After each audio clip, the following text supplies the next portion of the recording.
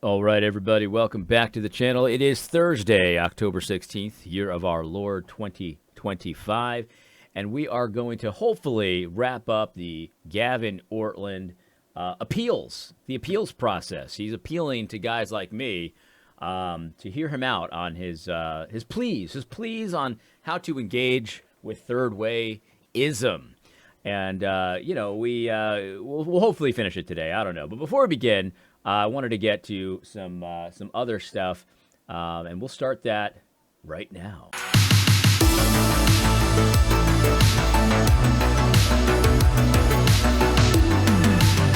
All right. Well, first things first, I saw Dr. Eric Mason. Dr. Eric Mason has apparently written a new book called Rebranding the Church, and he's got some things to say about Christian nationalism. And, it's as brain dead as you might expect, at least the pages that I saw here. But it brought me back to a time when I was, I was just starting out my YouTube channel and all of that. And I used to respond to Eric Mason a little bit more. In fact, I did a chapter-by-chapter review of his book, Woke Church. So he wrote the Woke Church book, and now he's writing the Rebranding the Church book. And here's the thing. Here's what my ask is for you guys. I don't necessarily want to do the content or not want to do it, but if you guys want me to do it, I will. I'll buy this stupid book and I will read it, and I will do a chapter by chapter review, response, or whatever you want to call it. If you guys would find that entertaining, you know what I mean? Now, I understand that back when I was doing the Woke Church book, I understood that a lot of people probably still were a little unsure of how to respond to it. But now you guys are a lot smarter, you know what I mean? And so I don't think that many people in my circles would ever be convinced by a book by Dr. Eric Mason. So it's really not so much about the intellectual content, but it could be entertaining. And so if you would get entertainment value out of that, and maybe you'd even learn a thing or two, who knows? But if you would, and you want me to buy this book and, read it, do a review of it, let me know in the comments. Let me know and say, hey, do it. I want to see it. Or if you say, no, I don't want to hear from Eric Mason, let me know that as well. And I will consider all of your requests, and we'll see what we do. And, we'll go from there. So that's Eric Mason. Now, going back to Gavin Ortland here. So we're going to hear his third appeal to me. I was thinking about the second appeal, though. The second appeal about, you gotta, not stop saying that the guys on the right are bad. You gotta lay your weapons down, and you gotta be nice and charitable and all this kind of stuff. It got me thinking about Donald Trump, the big guy himself, President Donald Trump, and, obviously a lot of people hate him, and a lot of people are uncomfortable with what he's doing. And, here's a I guess he's a country music artist. He's freaking out, cursing up a storm because of ICE and what they're doing. And he's screaming. He's using the F word over and over again. He's very upset. And the thing about a guy like President Donald Trump, the big guy, Jefe, is that, he's a change agent. And it's not just with immigration, but it is with immigration, but it's in a lot of different ways, even with monetary policy and, economics and trade and all this kind of stuff. He's a change agent. And, I don't necessarily agree with every single thing that President Trump has done, but I do understand the role of a change agent. And you've got to be, in fact, when he first got elected, I said, look, here's what's going to happen. You got to prepare for it now. You're going to see some ugly images, right? Because when someone's a change agent, they have to be, the perspective the media has to take on them is to show how radical they are and all of that kind of thing. And that's bad. You can't be radical. And when, that's the nature of a change agent, right? And Michael Foster's sort of a change agent too. Michael right now is talking about all the female leadership in the PCA, and the play against Michael is that he's not doing this according to standards, and he's radical, he's crazy, he's not doing it the way he's supposed to do it. But here's the thing: that's the nature of a change agent, right? They're going to always attack you this way. This is how it's done. And so in order to make changes, it's going to have to require, maybe stepping outside of the way things are normally done in order to do them. Now, obviously, we don't want to sin in doing that. But it's not a sin to maybe do things slightly differently than the way they've always been done, because the way they've always been done is what led us to today and the situation we find ourselves in now. And so in order to change that, as a change agent, you've got to look at alternative strategies, because the strategies that we've been using have been failing.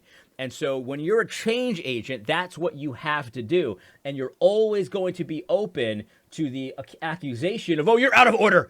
How dare you? You're out of order. That's always the accusation. It's always going to be the accusation, but you just have to steel your spine and keep going forward. That's what Gavin Ortlund is fighting against in his second appeal.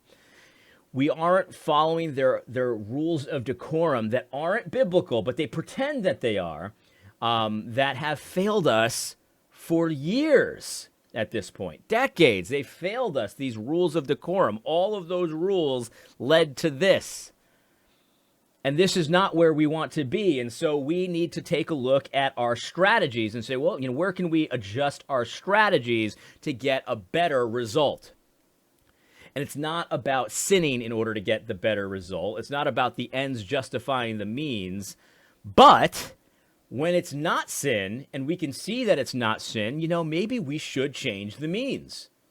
And that is something that terrifies people like Gavin Ortlund, because people like Gavin Ortlund have a salary because of the system that has led us to today. So Gavin has absolutely no motivation to change anything, because the only reason people listen to him is because the system created people like him. He's in the family.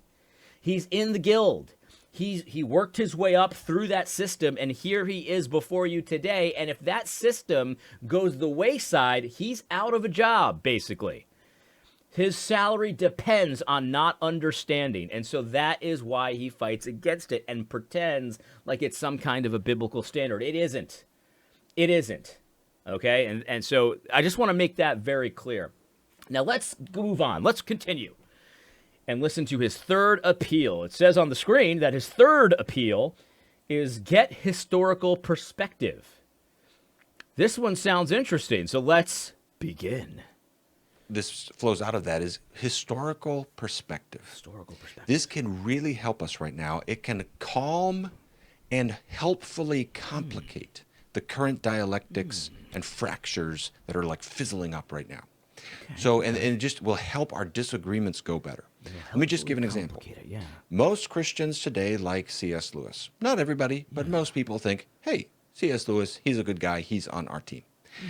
If C.S. Lewis were alive today, he would be tarred and feathered by both the right and the left. That is the polarized world we live in. That is a fact.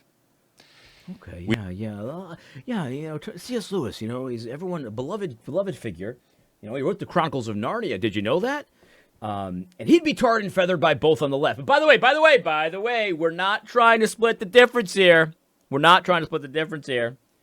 But, the way you know you're right is if people on the left and the right hate you. I mean, honestly, that's how you know you're right. As the kids say, make that make sense. Yeah. Yeah, people love to play these kinds of games. They take historical figures and then they tell you how modern figures would respond to them. I do this. It's effective. I like it. We know why the left wouldn't like him. He's an Orthodox Christian. He believes in a very traditional view of sexuality. He's constantly actually explicitly warning against progressivism. Read a book like that, Hideous Strength. He talks about that a lot. My favorite book. Talks a lot about, just the basics of the whole tenor of his thought, this emphasis upon humility before God. Okay, that's, he's going to get into trouble in a lot of circles for those things. But on the other hand, it can help give some historical perspective for us today to remember C.S. Lewis believed in evolution. C.S. Lewis rejected biblical inerrancy and accepted some of the findings of critical biblical scholarship. He said things that sounded very third way-ish. He was a very expansive, generous thinker. He drew on philosophy and literature outside of the strictly evangelical canon. He invited people into a vision of the Christian life that is much larger and much richer and much more expansive. And I don't agree with him on all those things. I do believe in biblical inerrancy myself, for example. Me too. I'm not saying you have to agree with C.S. Lewis on those points. My point is this. It can help induce a little bit of clarity on the heat of the moment and the intensity of our disagreements today. If you remember, if you want to, again, the appeal to the person who doesn't see things as I do, you don't like third wayism. If you remember, there's a lot of C.S. Lewis-ish Christians, if I said that right, who are alive today, and they are not your enemy. You can disagree with them. But again, the sense of proportion, they're acting in good faith. They're seeking the truth. Actually, by the way, if you disagree with C.S. Lewis on some of those things I just mentioned, I'm sorry, but if I may say, please don't just arrogantly dismiss him. He's a smart, sincere person. He came to his views on all those topics for particular reasons. Even there's a need for humility and engagement to understand and then disagree. No, So if you okay. I see what he's up to here. Yeah, I see what he's up to here. You know, I want to say this. You might find this surprising from a guy like me. You know, radical extremist like me. You know. But actually, I agree with him. You know, like, excuse me. Just because somebody disagrees with me on evolution, I think it's hilarious. I think it's a joke. I think you're a fool if you believe in evolution. Whether you're a Christian or not, you're foolish if you believe in the evolutionary, you know, fantasy. And I'll laugh and all that kind of stuff. We can still be friends, though. We can still be friends. You know, I'll be your friend. You know, I mean, we'll be nice, and you know, I'll call you an idiot, and you know, you can call me an idiot, and we will have a great time. You know, we'll have a great time. But let's really put this into reality, right? Because not every Christian who believes in evolution or whatever, you know, even woke church to some degree, right? Even woke stuff, you know? Not every Christian who believes in woke stuff is my enemy, right?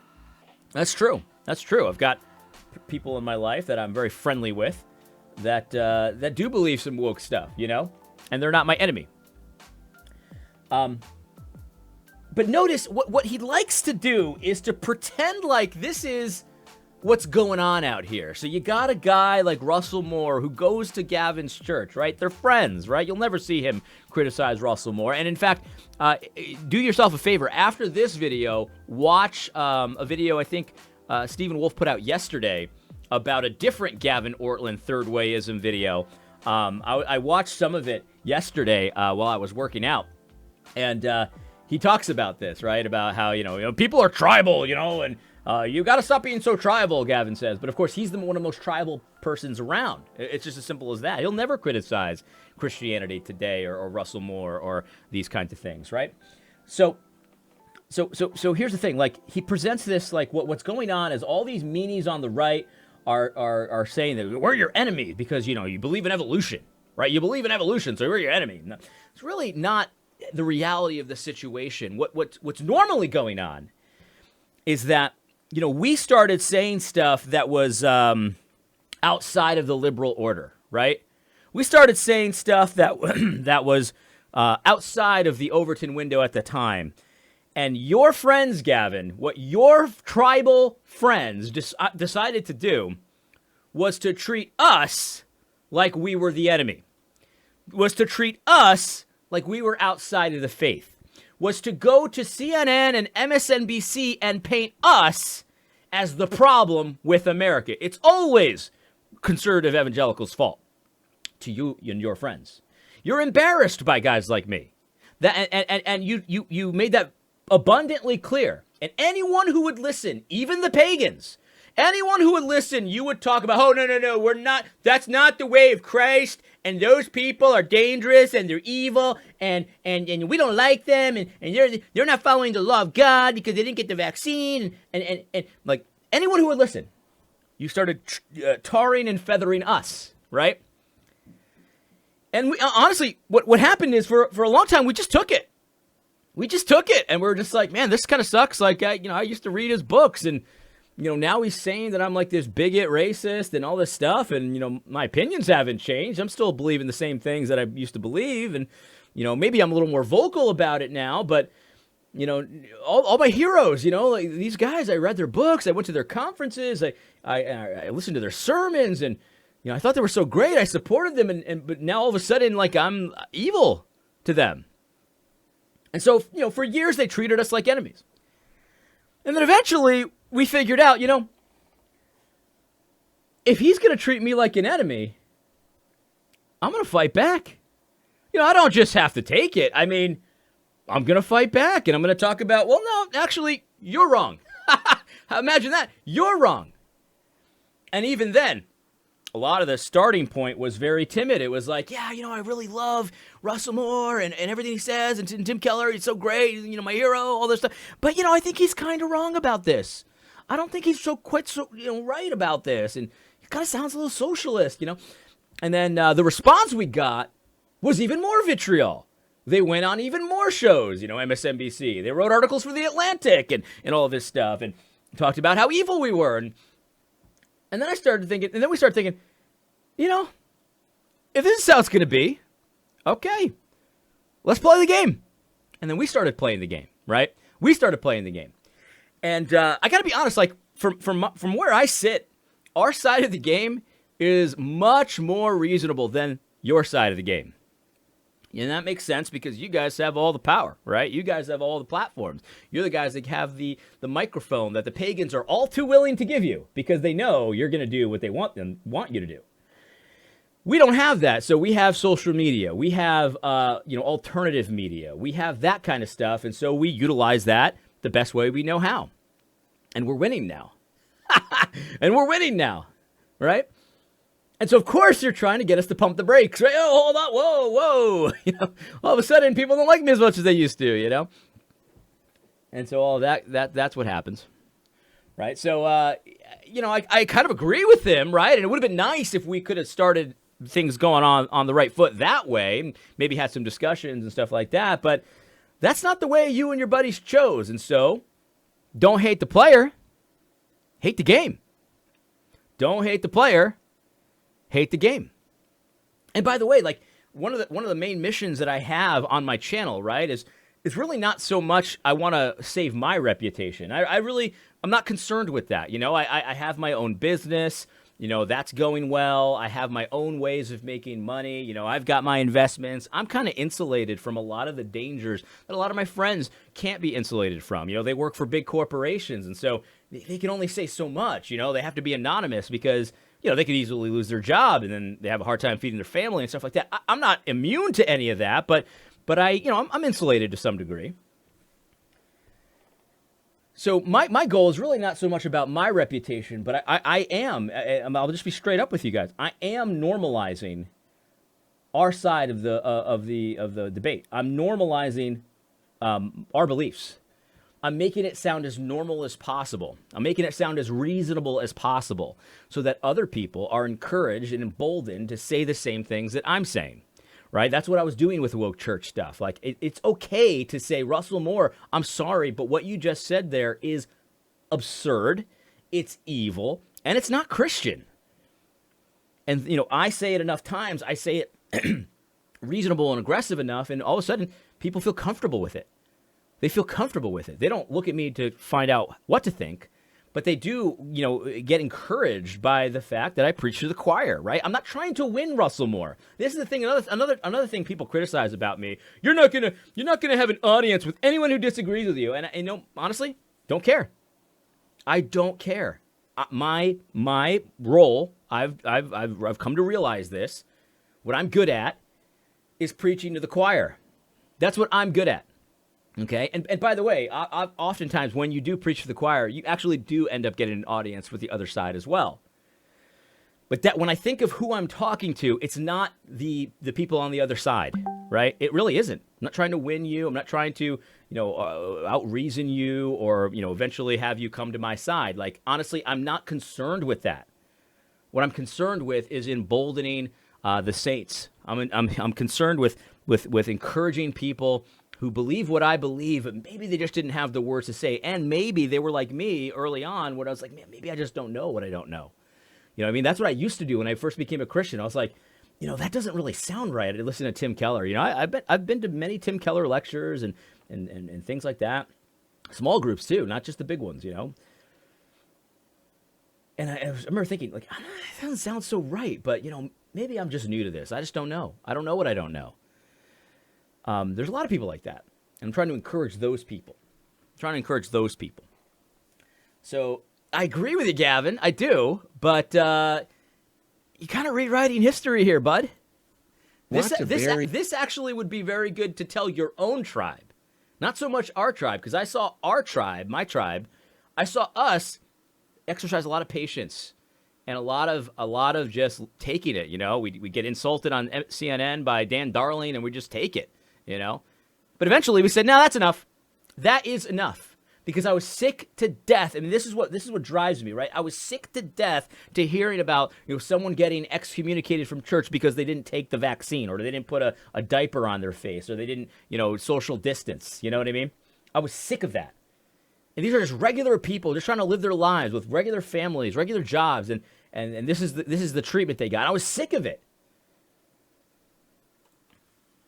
Third wayism. The appeal that I'm making here is, what are you going to build in its place? Are you building an environment in which C.S. Lewis would get tarred and feathered and run out of town as a woke liberal? And if you don't like C.S. Lewis, you can substitute a lot of historic Christians. That's the whole thing we're saying is, if you read, there's a lot of ignorance of church history. If you read church history, you see, okay, yeah, in the current polarized landscape, a lot of Christians, even some historic fundamentalists, wouldn't fit in.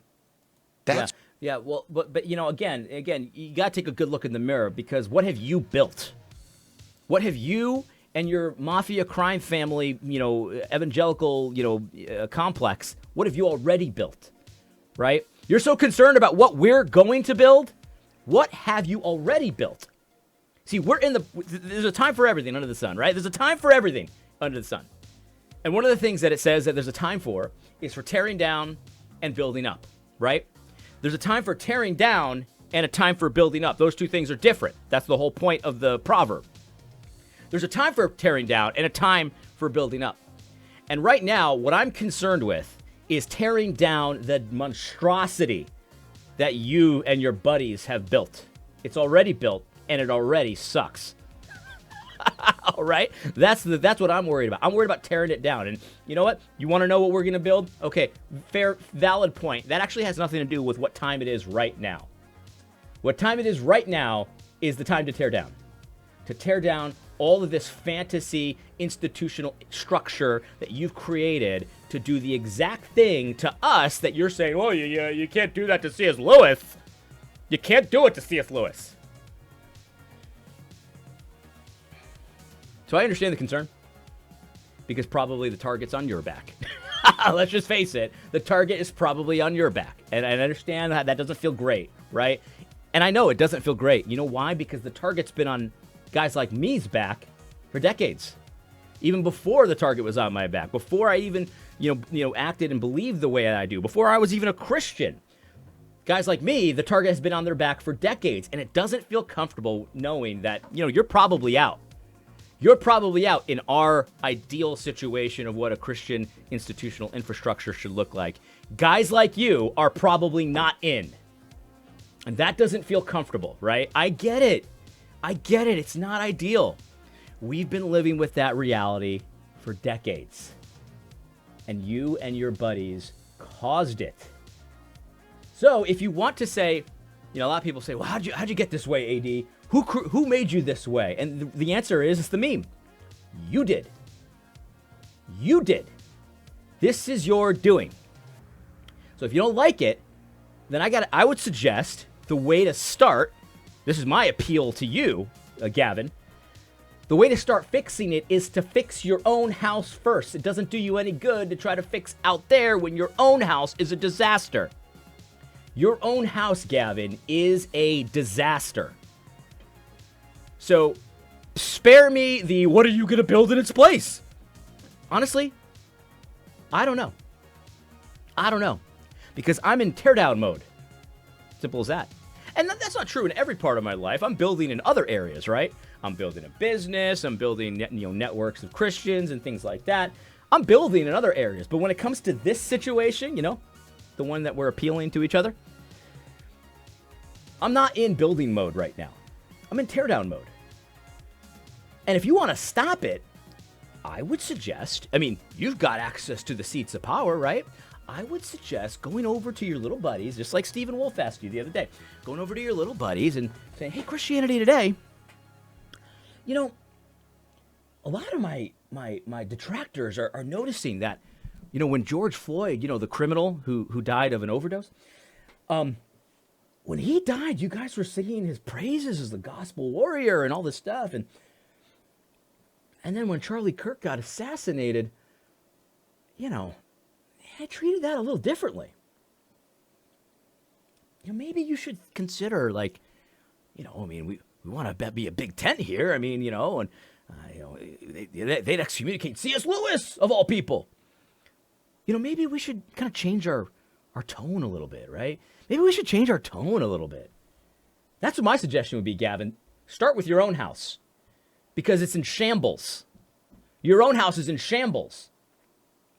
And then maybe I'll hear your appeals in a different light, because you're actually trying. But until then, I really don't care what are you going to build? I don't know. I'm trying to tear down right now. That's what we're wrestling with. Some people have genuinely not come to understand how complicated some of these disagreements are. And the casting nuance as a bad idea is not helping us. Let's build something better. Let's build something that looks like Jesus. Yeah, okay. Go ahead and start. And I will wait. I'm not holding my breath, because I'd be dead. I'd die if I held my breath. I don't want to die. But, you want to build something better? Okay, let's start. Let's see what you got. I got an idea. Maybe sell Christianity Today to Doug Wilson. How about that as an olive branch? Or maybe you don't have to sell. Maybe you sell some of the shares. Maybe you give him some of the shares. Maybe even go halvesies. Go halvesies on it. You got the Doug Wilson half, and you got the Russell Moore half. Go halvesies on Christianity Today, and then maybe I would believe you. Maybe I would believe that you really want to. We got to understand that there's complexities to our differences, right? Like, nothing you've ever done as a group has ever showed me that, right? Nothing. Because you get guys saying mild things like, I'm not so sure about these H-1Bs, man. Like, I don't want my kids growing up in India, and of course the whole weight of your nonsense gets thrown upon him. Maybe sell half of your shares of Christianity Today to Doug Wilson, and maybe I would believe you. But until then, I'm in teardown mode. Okay, you say you want to build something better. This is another one of those things. It's always the same with people like this. Listen to what I'm saying. Don't put any weight into what I'm actually doing. These are complicated issues. There's enough room for all of us. You would have excommunicated C.S. Lewis. That's what you're saying. I get it. But what you do is not that. What you do is a mild thing like, hey, I'm not so sure I want to get the experimental shot in my arm that doesn't seem to have any testing, and I'm not, I don't think COVID's that big of a deal anyway. I'm not so sure about that stuff, man. The whole weight was brought upon Christians that did that. They're evil. They're not following the law of God. They're not loving their neighbor. They're outside of the faith. It's not unchristian. All this stuff. I'm sorry, but we're not going to do the thing where we listen to what you say and ignore what you do, because everything you do shows that there's war in your heart as you're calling for peace. We don't believe you anymore, man. Something that is marked by both truth and grace. Let's build something that is vigorous against error, but also thoughtful and recognizable to church history. Now, if you disagree with everything I just said in this video, everything I do, can we at least have conversations about this where we're not at each other's throats? Can I put out a video? Sure, Gavin. Sure. This is me. I haven't done this in a long time. It's been years. It's been years since I've done this. Gavin. Sure. I would love to talk to you. I'd love to have a nice conversation with you, Gavin. Let's do it. Let's do it. Like this, get on a plane tomorrow and not have to deal with what has happened the last 6 times I've traveled, and that some controversy blows up. Somebody's attacking me on X, and then I'm getting texts about it, and I'm having to clarify my position and this kind of thing because of slander. Oh, Gavin, come on. Can we please not do the thing where I become an internet martyr and I have to tweet at people and explain and talk to the plebes? Please, I have a hard life. I'm going on a plane to go to a conference, and I don't want to have to deal with the plebes disagreeing with me. It's slanderous.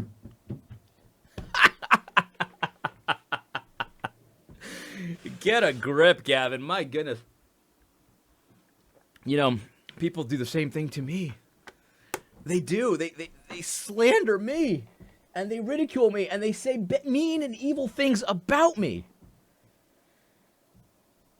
You know what I do, Gavin? This is the pro tip, man. It's a pro tip. You could just ignore them. You could just ignore them.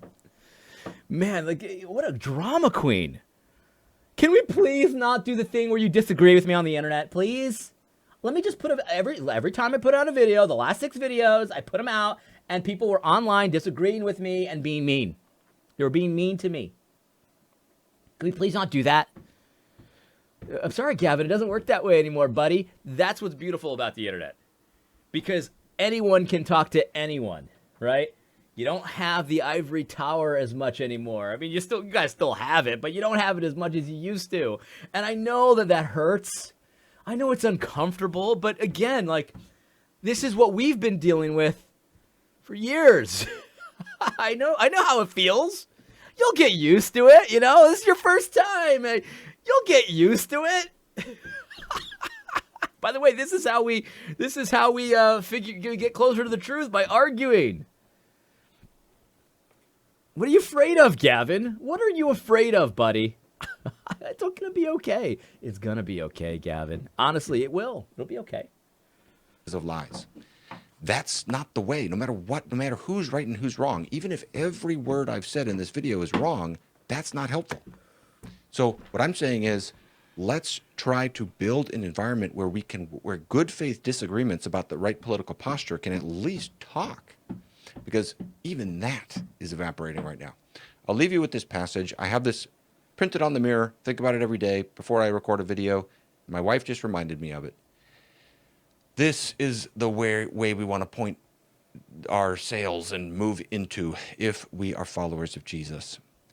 2 Timothy 2:23-25, Paul says, have nothing to do with foolish, ignorant controversies. There is a time to avoid discussions. He says, they breed quarrels. There's a lot in the pastoral epistles about avoiding quarrels. And the Lord's servant must not be quarrelsome, but kind to everyone, able to teach, patiently enduring evil, correcting his opponents with gentleness. That's right. That's what I was saying. That's what I was saying. So when somebody online calls me a Zionist, one of my options is I can ignore them. And often I'll do that. If somebody calls me an anti-Semite, one of my options is to ignore them. And I can do that. And sometimes I do. And sometimes when someone calls me an anti-Semite, I laugh at them. So sometimes I say, who cares? Stuff like that, I'll mock people for saying stupid things about me. I'll ignore them. Sometimes when it's advantageous to me, I'll argue with them. Very rarely.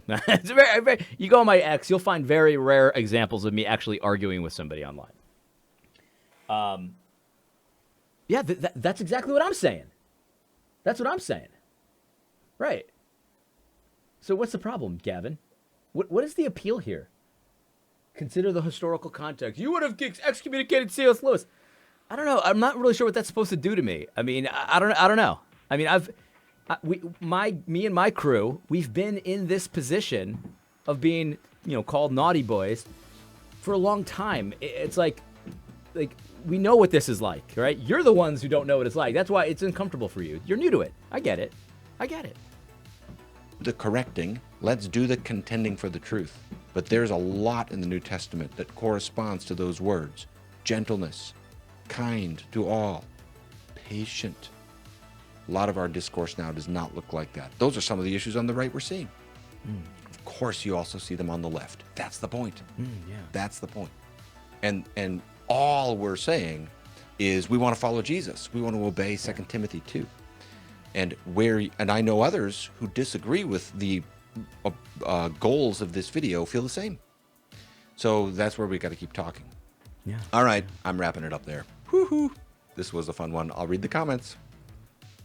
Okay. You'll read the comments. Well, I'll comment, and I'll attach my video list here.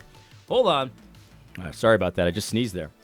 Yeah, I'll send you a comment, Gavin, and yeah, I mean, listen, how could I disagree with the scripture? Of course I agree with that scripture, but again, there's nuance here. See, I use the word nuance too. It's a good word.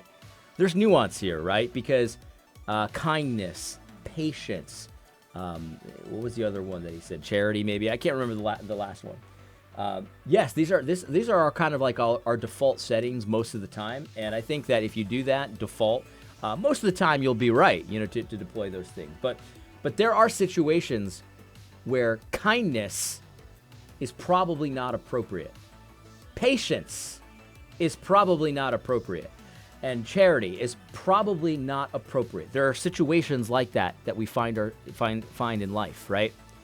And some people will try to get around that, and they'll say, "Well, yeah, but even in the situation where someone comes in your house and is threatening your wife, like you're still showing kindness. You're showing kindness to your wife by defending her, violently if necessary." And I get that. I'm not trying to sidestep that. I think that's interesting, right? That's interesting. But Who would in this era of getting shut down? Sorry, I don't know what happened there. Anyway, so yeah, but here's you gotta understand. There's a time for everything, right? We gotta use the wisdom of Ecclesiastes. We can't just use the feel good passages in Timothy and say, well, that's the end all be all, and you're not being kind to me right now, right? Because we understand from the wisest person ever. That there's a time for different things, right? It's a time for peace, there's a time for war. We've got to understand that. In any case, that was fun. I really enjoyed the Gavin Ortlund video series. Let me know if you want me to do the Eric Mason stuff. We will see. Making no promises, but if you want me to do it, just let me know, and that'll push me in the right direction. In any case, hope you found this video helpful. God bless.